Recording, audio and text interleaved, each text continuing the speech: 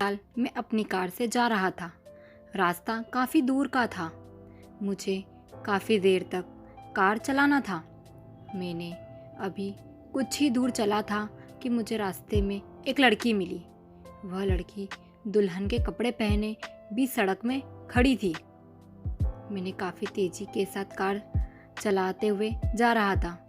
मैंने उस लड़की को कुछ दूर से ही देख लिया था। मैंने अपनी कार के ब्रेक लगाए। लड़की के पास जाते जाते मेरी कार रुक गई।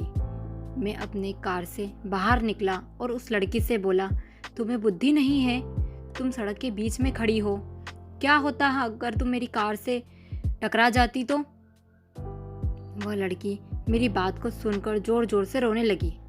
वह बोली, अब मैं ज़िंदा नहीं रहना चाहती हूँ। फिर से वह रोने लगी। मैंने उसे सड़क के किनारे किया, पीने का पानी दिया।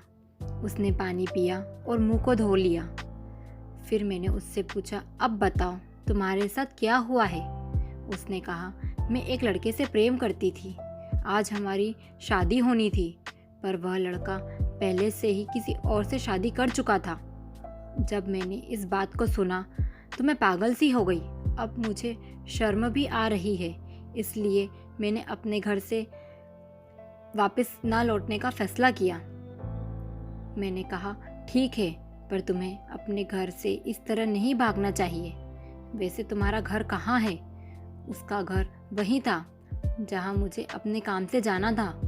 मैंने उसे समझाया और कहा, चलो मैं तुम्हें घर वालों के पास छोड़ देता हूँ। फिर हम दोनों कार से उस जगह के लिए चल दिए। मुझे पहली नज़र में ही उस लड़की से प्रेम हो गया था, पर वह तो किसी और से प्रेम करती थी। मैंने उसे रास्ते भर बहुत समझाया।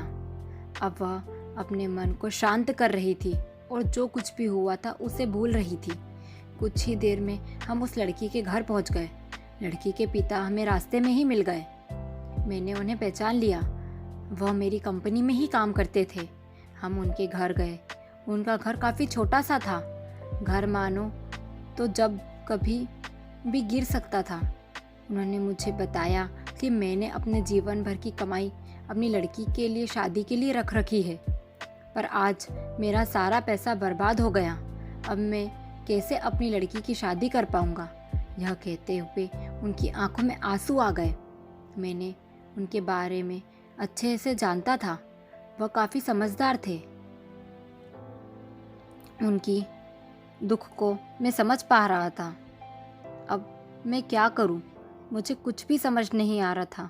कुछ देर सोचने के बाद कहा, अगर आप मुझे अपनी लड़की के काबिल समझें तो मैं शादी करने के लिए तैयार हूँ। लड़की और उसके माता पिता दोनों खुश हो गए और वो जो भी रिश्तेदार उनकी लड़की को ताने मार रहे थे वह भी शांत हो गए। फिर क्या था, मैंने उस लड़की से शादी कर ली और आज हम दोनों बहुत खुश हैं। इसी तरह की रोचक कहानियाँ सुनने के लिए हमारे चैनल को लाइक, शेयर एंड सब्सक्राइब करें। धन्यवाद।